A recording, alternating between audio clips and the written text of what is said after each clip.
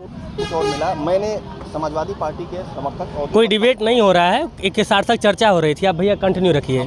एक सार्थक चर्चा हो रही थी, लेकिन ये चर्चा मुझे लगा कि एक बहुत बड़े डिबेट का हिस्सा है और कहीं ना कहीं इस समय भारतीय राजनीति का एक बहुत बड़ा पहलू है। तमाम छात्र नेता मेरे साथ मौजूद हैं, बस इनकी बातें सुनिए और जरा गौर कीजिए कि देश की राजनीति कहाँ जा रही है और किस धरने पर जाना चाहिए। यहाँ पे कई दलों के छात्र नेता हैं, कोई किसी एक दल के नहीं हैं। से लड़ नहीं पा रहे। मैंने उनसे कहा कि आप जो हम लोग बांसगांव विधानसभा में, तो भी बिल्कुल फ्रेंकली कर रहा हूँ, हम लोग बांसगांव विधानसभा में सपा के लिए प्रचार करेंगे, ठीक, संजय कुमार को। और हम लोगों ने कहा कि वही हमारी टीम खजनी विधानसभा में छोटू के लिए प्रचार करेगी और हम लोगों ने किया भी था, रैली निकाले भी थे। जब आप ये मत बात कहिए कभी भी कि हमको केवल वोट दीजिए, आप कहिए कि जहाँ प्रत्याशी आपका मजबूत है वहाँ हम उसके साथ खड़े हैं। इसलिए हमने छोटू के लिए प्रचार किया। और संजय को जो वोट मिला है ना, ये मत समझिए कि दलितों ने वोट नहीं किया है। बांसगांव में संजय को बहुत बड़ी संख्या में दलितों ने वोट किया है, मैं उसका गवाह हूँ। बेदौली गांव में और करहल गांव में सपा एक बूथ भी नहीं जीती थी, 2-2 बूथ जीती है इस बार।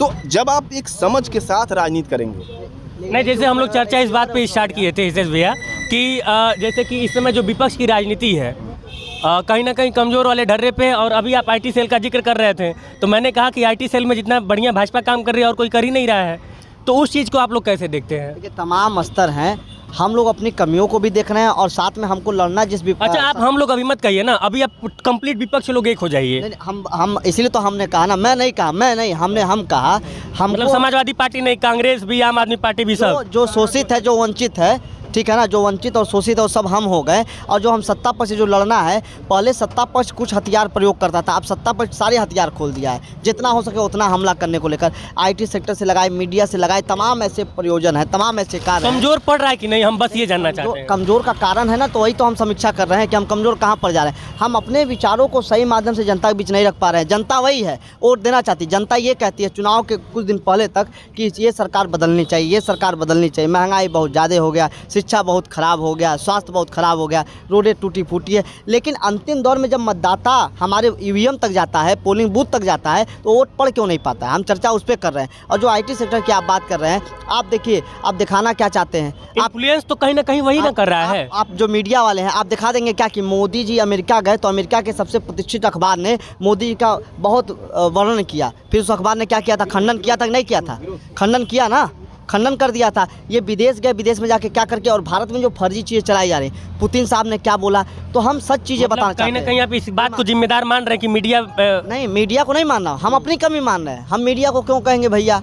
मीडिया आज के हमको दिखाना बंद कर देगी। मैं तो एक नेता हूँ। नहीं, देखिए, डिजिटल मीडिया और इलेक्ट्रॉनिक मीडिया में अंतर है। समझिए, मैं जो कह रहा हूँ, मैं एक बात कह रहा हूँ। रीजन ये समझना पड़ेगा आपको, इंडियन पॉलिटिक्स के बदलते हुए सिनेरियो को आपको समझना पड़ेगा। 2014 के पहले सोशल मीडिया पर भी चुनाव प्रचार होता है, कोई जानता नहीं था, समझ रहे हैं? 2014 के पहले अचानक से जो है, और दूसरी बात, चुनाव राजनीति नेता अपने विचारों पर और अपने चरित्र पर लड़ता था। क्या हुआ कि 2014 में 13-14 में कुछ नए नए शब्द आए, जैसे चुनाव मैनेजमेंट, एक नया शब्द आपके सामने इंट्रोड्यूस हुआ कि मतलब चुनाव प्रबंधन आएगा। एक तो चुनाव प्रबंधन आया, पहली बार भारत ने 3D में किसी का प्रचार देखा। ये सारी नई टेक्नोलॉजी और अकूत पैसा, देखिए हम बिल्कुल स्वीकार करना चाहिए हमें कि पीछे से उसमें कैपिटलिज्म का पूरा मोटा मोटा पैसा उसमें लगा, ठीक। तो ये किसमें?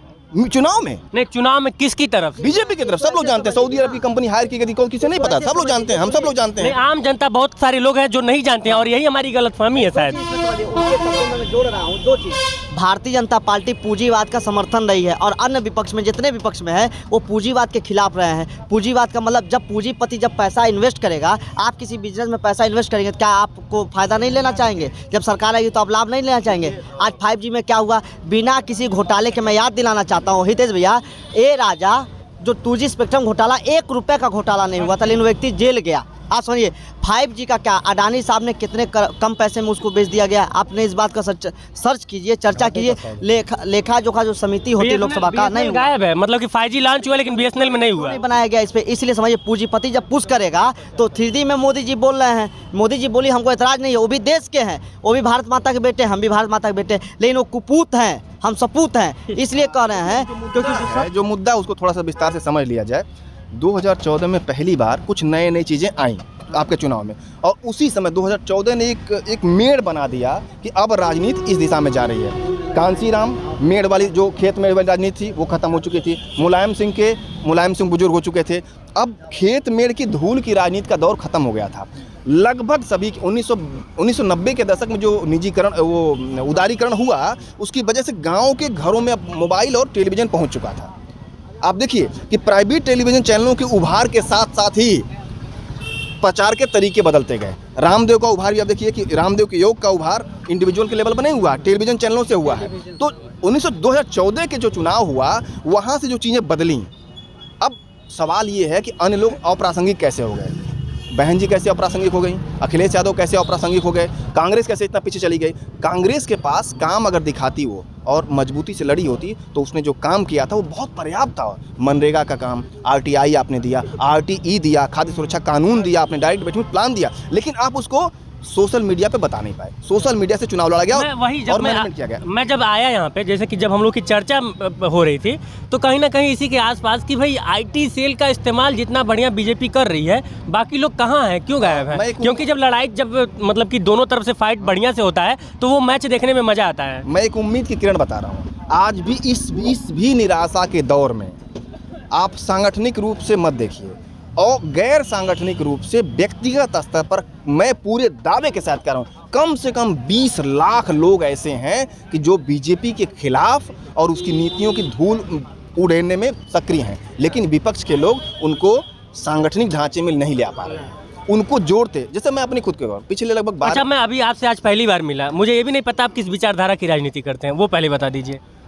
देखिए, खुला है, राजनीति उसी की जाती है कि जो वंचित होता है, जो समाज से कटा होता है, जिसके साथ अन्याय हुआ रहता है। राजनीति, चाहे कोई व्यक्ति किसी के लिए राजनीति करे, वो कहता है हम न्याय के लिए राजनीति कर रहे हैं, हम भी न्याय के लिए राजनीति करते हैं। शोषितों और वंचितों की राजनीति। ये शोषित कोई होता नहीं, उसे किया जाता है, बनाया जाता है, क्योंकि समाज में भारतीय समाज का निर्माण ही इस तरीके से हुआ है कि वहाँ पर जन्म से आपके सम्मान और अपमान की क्राइटेरिया, प्रोजेक्शन पॉलिटिक्स कह सकते हैं, वो एक है वो हकीकत है। आज भी भारत में जो है, अलीगढ़ का आप केस ले लीजिए कि जहाँ पर एक महिला, 80 महिला जज को उसका ठाकुर चपरासी थूक के पानी पिलाता है, ये केस हाईलाइट हुआ था, हम सब जानते हैं इस बात को। तो यानी कोई ये कह के आप नहीं बच सकते कि आज वो कम हो गया है।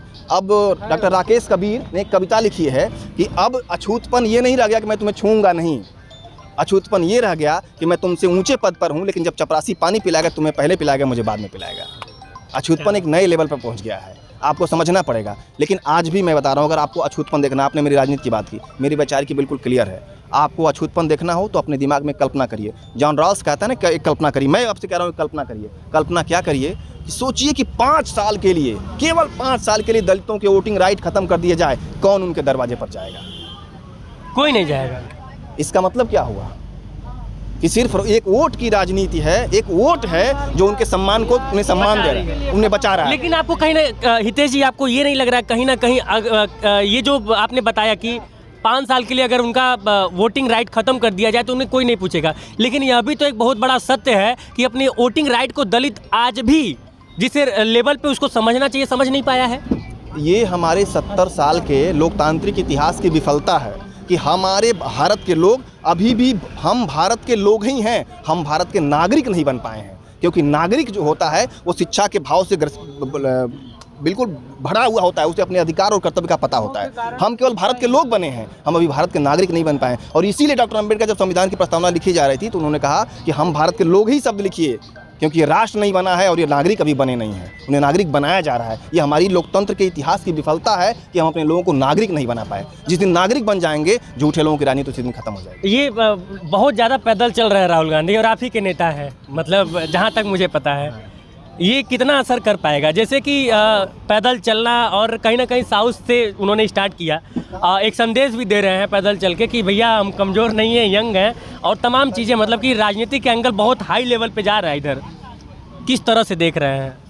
देखिए, जब तमाम विपक्ष और सत्ता दल के लोग राजनीति में धर्म को घुसा दिए हैं तो होता क्या है, जब आप धर्म में राजनीति को घुसा देते हैं, चाहे राजनीति में धर्म को, न धर्म का भला होता न राजनीति का भला होता, नुकसान दोनों जगह पे होता है। तो राहुल गांधी इस दौर में भी, जहाँ पे लोग सांप्रदायिकता की बातें करते हैं, जहाँ पे लोग मजहबी पंथ इन सब चीज़ों में उलझे हुए हैं, वहाँ पे राहुल गांधी बेरोजगारी की बात कर रहे हैं। महंगाई की बात कर रहे हैं, महिलाओं के साथ हो नहीं, रहा है। अभी बात ही तो नहीं कर रहे हैं, अभी तो चले जा रहे हैं बस। नहीं नहीं, आपको शायद जैसे भारत जोड़ो यात्रा, दिक्कत यही है कि आपके भारत जोड़ो यात्रा कहीं चल भी रही है, आप मेन स्ट्रीम की जब मीडिया को देखेंगे तो भारत जोड़ो यात्रा कहीं कवर नहीं हो रही है। यही तो बात हम लोग कर रहे थे कि भाई मेन स्ट्रीम मीडिया को मैनेज कौन करेगा? भाजपा वाले मैनेज कर रहे होंगे। नहीं, बात वही चलिए, देखिए आपको दिखाना क्या चाहती है मीडिया आपकी। कोई नेता कहता है कि फ़ोटो में जो नोट है उस पर लक्ष्मी जी गणेश जी की ये फ़ोटो लगा दीजिएगा, देश की आर्थिक संपन्नता मिलेगी। इस चीज़ को सारी जगह कवर किया जाता है, लेकिन कोई व्यक्ति जो है 1000 किलोमीटर से ऊपर पैदल चल चुका है, लगातार 2 महीने चल रहा हो, सड़कों पे जनता से मिल रहा है, डायरेक्ट टू डायरेक्ट बात कर रहा है, और वो कह रहा है कि देश के अंदर बेरोजगारी हटानी चाहिए। यही योगेश भाई, एक मिनट बस, एक मिनट रुकिए। कहीं ना कहीं यही बतिया तो हम लोग कर रहे हैं ना, कि आप बोले कि हज़ारों किलोमीटर पैदल चल चुके हैं, और हम लोग अभी आईटी सेल की बात कर रहे थे कि बीजेपी का अगर आईटी सेल होता है तो अब तक सोशल मीडिया पे तूफान मच चुका होता है, लेकिन चूंकि कहाँ है कांग्रेस का आईटी सेल? भाई आईटी बहुत लॉजिकल बात है, अगर कांग्रेस का भी आईटी सेक्टर मजबूत होता है तो अभी तूफान मच चुका होता पूरे देश में कि भैया इतना ज़्यादा चल चुके हैं। 2-3 बातें हैं। विगत कुछ हफ्तों से आप देख रहे होंगे कि तमाम मुद्दों पर कांग्रेस का आईटी सेल आक्रामक हुआ। इससे ये पता चल रहा है कि कांग्रेस में एक आईटी सेल आकार ले रहा है, मतलब अब पनप रहा है, आकार ले रहा है। लेकिन 10 साल पीछे है, 2014। जो बात हमारे साथी लोग कह रहे हैं कि मीडिया एक तरफा दिखा रहा है, हम मीडिया से इतनी उम्मीद क्यों कर रहे हैं? आप 70 साल सरकार में थे, 65 साल सरकार में थे, आपने मीडिया बेंच क्यों नहीं स्थापित किया आपने?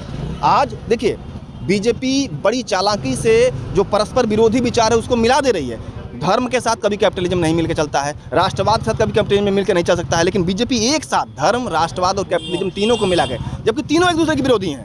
जहाँ राष्ट्रवाद रहेगा वहाँ कैपिटलिज्म नहीं चलेगा, जहाँ कैपिटलिज्म चलेगा वहाँ धर्म नहीं चलेगा, लेकिन तीनों को मिला के। इसका मतलब ये हुआ कि हमारी ये सामूहिक विफलता है कि हम ऐसे लोगों के लिए रास्ते खुले छोड़ दिए।